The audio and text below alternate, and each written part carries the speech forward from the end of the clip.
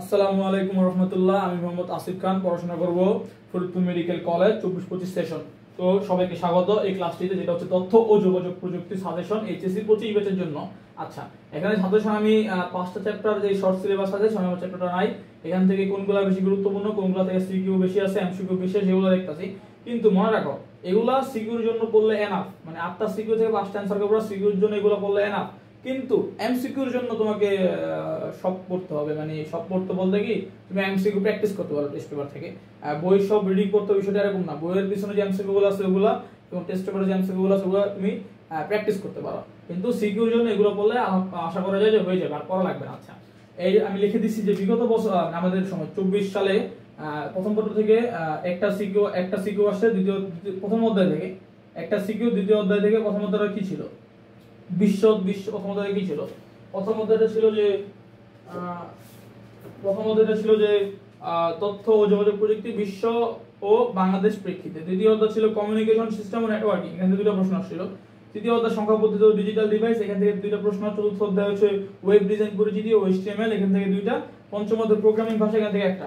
Normally programming ভাষা থেকে দুইটা আসে, মানে 23 সাল 22 সালে, কিন্তু আমাদের সময় একটা আসে। যাই হোক, আমি বেশি গুরুত্ব আরোপ করবো এটার ভিতরে, কারণ এখানে তুমি যে দুইটা প্রশ্ন না, এই দুটাতে 20 মার্ক, আমি দুটাতে বেশি পেয়েছিলাম। আমার আইসিটিতে মার্ক ছিল, কোথায় লিখবো, আমার আইসিটিতে মার্ক ছিল আমার 89। এখান থেকে আমার 3টা এমসিকিউ বলেছিল, আমাদের তো প্র্যাকটিক্যাল হয়নি। তো মোটামুটি 25, আর সিকিউ তো তোমার 5টা সিকিউ অ্যান্সার করতে হয়েছে। তো এমসিকিউ 3টা না 4টা জানি ভুল হয়েছিল, আর সিকিউতে মনে করো যে 2টা মাত্র ম্যাথ পাইছি, মানে এখান থেকে একটা ম্যাথ আসছিল, একটা ম্যাথ আসছিল না, একটা আসলে তোমার অন্য টপিকে কোড, এই যে কোডিং, এনকোডিং, ডিকোডার এগুলো আসছিল। এবং এখান থেকে একটা আসছিল, তো শুধুমাত্র ঘ নম্বরের প্রোগ্রাম ছিল, সি প্রোগ্রাম, আর বাকিগুলো লেখা ছিল। মোটামুটি লেখার কারণে একটু কমছে, আর এমসিকিউ 3-4টা ভুল হয়েছে, মোটামুটি 79 মার্ক পাইছিলাম আর কি। যাই হোক, এখন প্রথম অধ্যায় থেকে ভার্চুয়াল রিয়েলিটি, এখান থেকে সিকিউ আসতে দেখা যায়। বায়ো ইনফরমেটিক্স মানে কি? বায়োলজি এবং ইনফরমেটিক্স, তথ্য, মানে বায়োলজি আর বায়োলজির সাথে তথ্য যোগাযোগ যে সম্পর্ক, সেটা নিয়ে হচ্ছে বায়ো ইনফরমেটিক্স। এটা আসে বায়োমেট্রিক্স, সেটা এখানে লিখি অবশ্য। বায়োমেট্রিক্সটা আসে, জেনেটিক ইঞ্জিনিয়ারিংটা আসে, ন্যানো টেকনোলজিগুলো আসে। এগুলো খুবই গুরুত্বপূর্ণ, একটু মিস হয়ে যাবে না। এখান থেকে এমসিকিউ আসে, সিকিউ আসে। কি বললাম? Virtual reality, bio informatics, biometrics, genetic engineering, nano technology, প্রথম চ্যাপ্টার থেকে।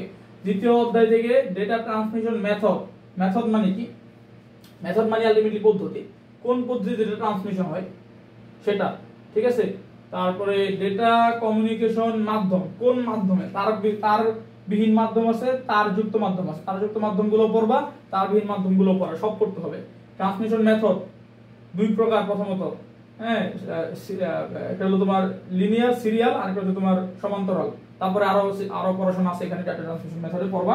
এটা কমিউনিকেশন মাধ্যম, তার যুক্ত, তার বিহীন। এখানে সবচেয়ে ইম্পর্টেন্ট একটা টপিক টপোলজি, এখান থেকে প্রশ্ন আসে, প্রায় হঠাৎ করে চলে আসে টপোলজি, বাস টপোলজি, হ্যাঁ, তারপরে স্টার টপোলজি, তারপরে হাইব্রিড টপোলজি। তো টপোলজিটা পড়বা, টপোলজি খুব সহজ, কঠিন না।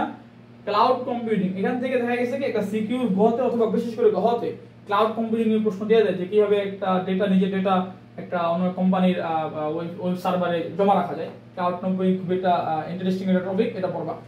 তৃতীয় অধ্যায় থেকে সংখ্যা পদ্ধতি রূপান্তর করবা, 2 এর পরিভক্ত, এটা মাস্ট, 2 এর পরিভক্ত করতে হবে। গেট তো পড়তে হবে, সাধারণ গেট, নরমাল গেট, সার্বজনীন গেট, মৌলিক গেট, যত ধরনের গেট আছে গেট সব পড়বা, কিছু বাদ দিবা না। এনকোডার ডিকোডার পড়বা, এনকোডার ডিকোডার খুবই গুরুত্বপূর্ণ, এগুলো খুবই সহজ, মুখস্থ, এগুলো মুখস্থ করে নেবা। এনকোডার ডিকোডার মুখস্থ করে নেবা, মুখস্থ করতে হবে, খুব সহজ জিনিস এবং কোনো ভেজাল নাই। অ্যাডারও মুখস্থ করে নেবা, সহজ জিনিস, মুখস্থ করে নেবা।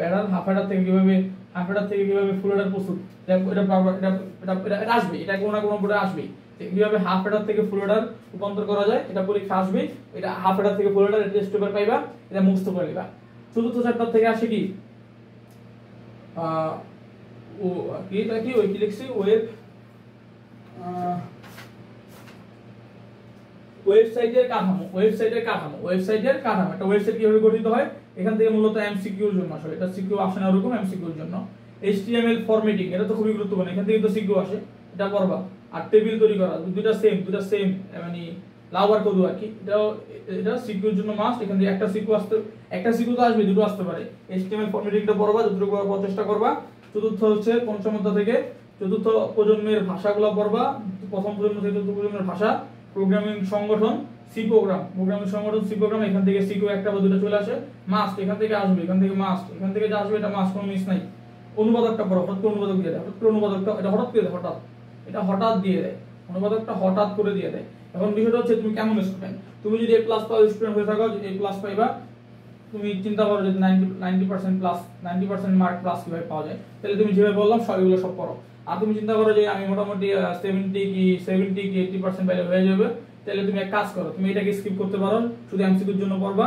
এটা HTML টা পড়ার চেষ্টা করো, এখানে অ্যাডার, এনকোডার, ডিকোডার, গেট, এটা খুব সহজ, এটা পড়ার চেষ্টা করো।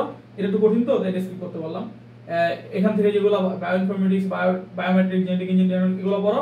আর এগুলো মোটামুটি টপোলজিটা পড়ো, এটা বাদ দিতে পারো। আর এগুলো দিতে পারো। মোটামুটি তুমি যেটা নরমাল স্টুডেন্ট হয়ে যাবে, এভাবে পড়াশোনা, যেভাবে বললাম এগুলো পড়াশোনা করো। তোমার সিকিউতে এবং এমসিকিউর জন্য মোটামুটি যত বড় প্র্যাকটিস করবা, মোটামুটি তুমি 70-80% পেয়ে যাবে। আর তুমি যদি ভালো স্টুডেন্ট হও, 90+ পেতে চাও, তাহলে সব করতে হবে। আশা করি তোমাদের বুঝতে পারছি, সাজেশনটা সম্পূর্ণভাবে দিতে পারছি। তোমাদের সামনে কোন ধরনের ক্লাস বা ভিডিও লাগবে জানাবে আমাকে, এবং সামনে উপস্থিত হবো অন্য একটি নতুন ভিডিও নিয়ে। ভালো থাকো সবাই, সুস্থ থাকো, আল্লাহ হাফেজ।